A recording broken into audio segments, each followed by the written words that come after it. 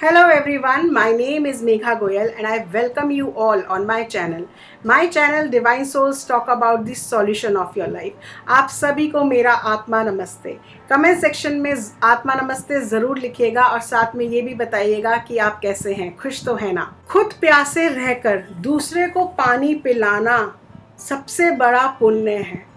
आप जानते हैं जब मैं छोटी थी ना तो मेरी मम्मा घर में कोई भी आए, चाहे वो सब्जी वाला आए, चाहे हमारे उस पुराने टाइम में ना क्रॉकरी भी ना लोग ले लेके घूमते थे बेचने के लिए।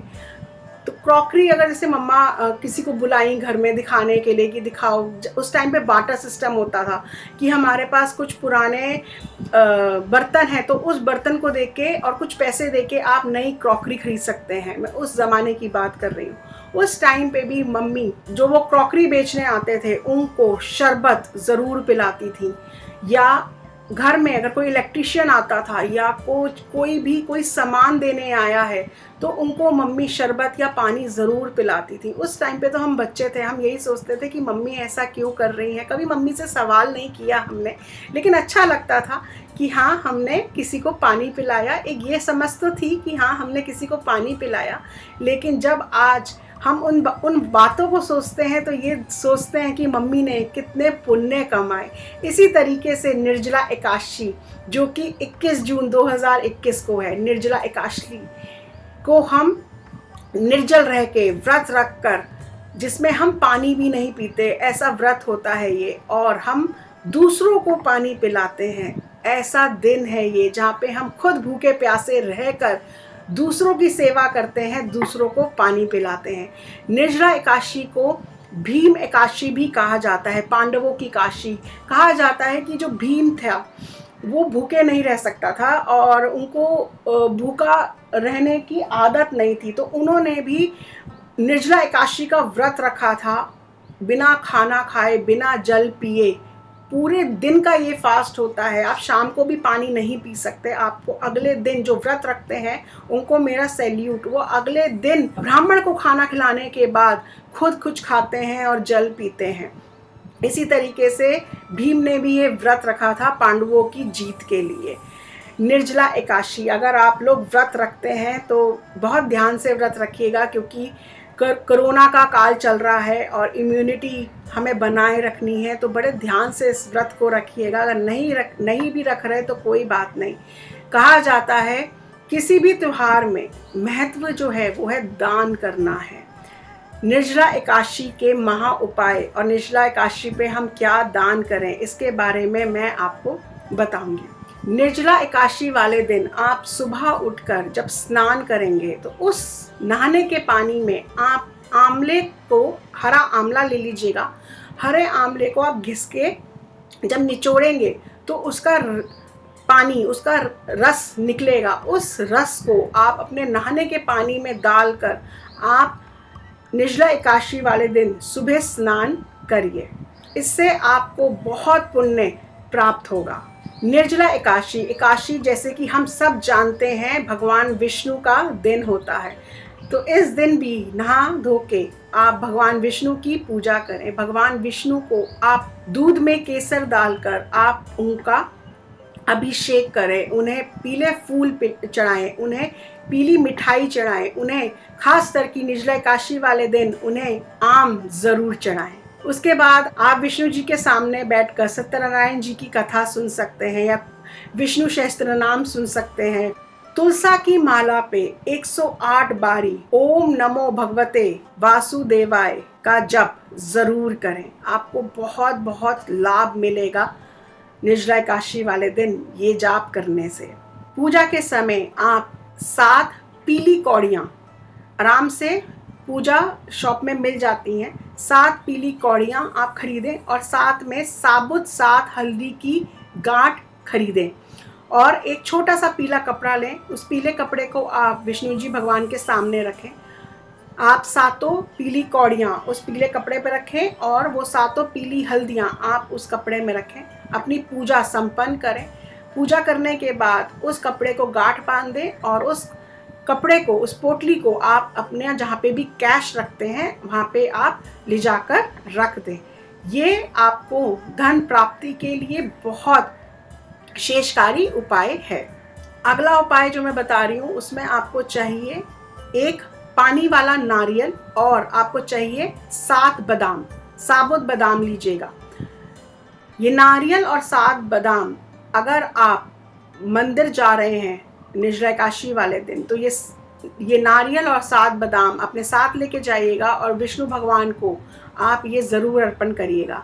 अगर आप मंदिर नहीं जा सकते तो आप अपने घर के मंदिर में ही भगवान विष्णु के सामने उनको ये पानी वाला नारियल और 7 बादाम भोग में रखिएगा उनके सामने, और उसके बाद अगले दिन या उसी दिन शाम को आप ये नारियल और बादाम मंदिर में जाकर ब्राह्मण को दे दीजिएगा, या अगर आप खुद नहीं जा सकते तो आप ये मंदिर में भिजवा दीजिएगा। शाम के वक्त 6 बजे के बाद आपको तुलसा जी के सामने 9 घी के दिए जलाने हैं और आपको 11 परिक्रमा लगानी है तुलसा जी की, और मंत्र बोलना है। 11 परिक्रमा लगाते हुए आपको 11 बारी मंत्र का जाप करना है।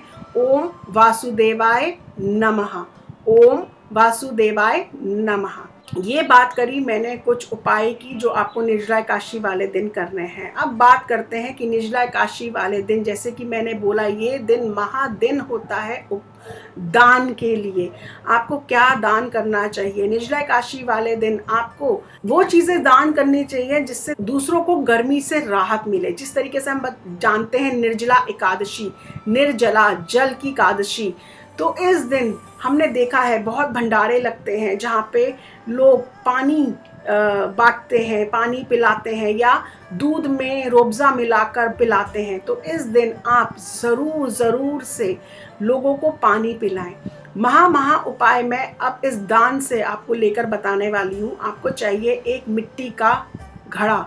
उस मिट्टी के घड़े में आप पानी भरेंगे और उस घड़े पे आप लाल कलावा बांधेंगे और ये मटकी आपको ज़रूर से मंदिर में दान करनी है। सबसे पहला दान आपका जो होगा वो होगा ये मिट्टी का कलश, पानी भरा हुआ कलश, जो कि आपको मंदिर में दान करना है। उसके बाद आप जितना जल हो सके उतना जल आप लोगों को पिलाएं। आप बाहर, अपने घर के बाहर, अगर आप खुद खड़े नहीं हो सकते तो एक मिट्टी का पानी का जल भरकर ज़रूर रखें, जिससे वहाँ से आते जाते लोग पानी ज़रूर पिएं। आपको ही दुआएं मिलेंगी।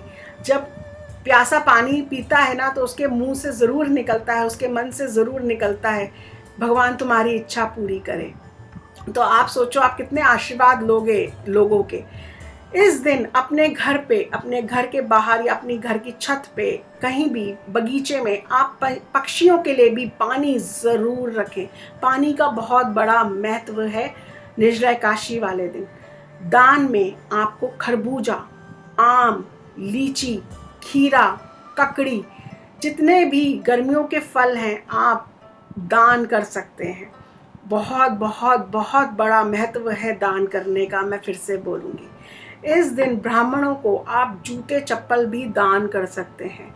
कहा जाता है, माना जाता है कि पितरों को बड़ी शांति मिलती है अगर आप निर्जला एकादशी वाले दिन छाता, जूते, चप्पल अगर ब्राह्मण को दान में देते हैं। एक महा उपाय और निर्जला एकादशी वाले दिन जो कि आपको करना है, आपको भुने हुए चने लेने हैं। चने ले लीजिएगा और उनको भून लीजिएगा और साथ में गुड़ लेना है, और ये भुने हुए चने और गुड़ आप किसी भी ज़रूरतमंद को दान करें। निर्जला एकादशी वाले दिन बहुत ज़्यादा गर्मी होती है, सूर्य बहुत ज़्यादा तेज प्रताप में होता है। पुराने ज़मानों में इलेक्ट्रिसिटी नहीं होती थी, तो उस टाइम पे हाथ के पंखे, झलने वाले पंखे जिनको हम बोलते थे, हाथ से जो हम पंखा करते थे, उनका दान किया जाता था। लेकिन आजकल के टाइम में अगर हम देखें तो ज़्यादातर सबके घर में पंखा होता है। अगर आप कर सकते हैं कुछ तो गरीबों को एक पंखा, जो इलेक्ट्रिक फ़ैन आता है, आप वो दान दे सकते हैं। आप किसी के यहाँ, किसी ज़रूरतमंद के घर में कूलर लगवा सकते हैं, या कुछ नहीं तो आप वो जो पंखा झलने वाला ही आता है, हाथ वाला पंखा जो झलने वाला आता है, वो भी आप गरीबों को दान दे सकते हैं। करके देखिए, बहुत संतुष्टि मिलती है दान करने से, बहुत ज़्यादा दिल को तसल्ली मिलती है दान करने से।